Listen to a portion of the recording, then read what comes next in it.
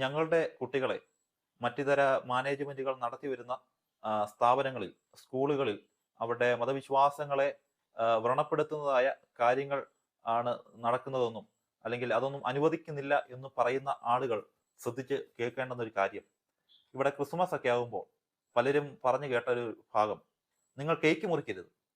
Cake മുറിക്കുന്നത് അത് യേശുക്രിസ്തുവിന്റെ ജനനവുമായി ബന്ധപ്പെട്ട, അതുകൊണ്ട് നിങ്ങൾ അതിനകത്ത് ഭാഗവാക്കായി തീരരുത് എന്ന് പറയുന്നത് കേൾക്കാൻ നമുക്ക് സാധിക്കും.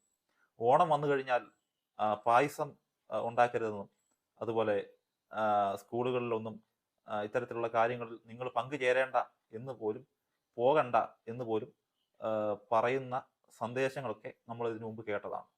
അപ്പോൾ നിങ്ങളുടെ മതവിശ്വാസങ്ങളെ അതിനെ ഉത്ബോധിപ്പിക്കുവാനും മറ്റുള്ള കാര്യങ്ങളിലൊന്നും സംബന്ധിക്കാതിരിക്കാനുള്ള നടപടിക്രമങ്ങളൊക്കെ പറഞ്ഞു കൊടുക്കും.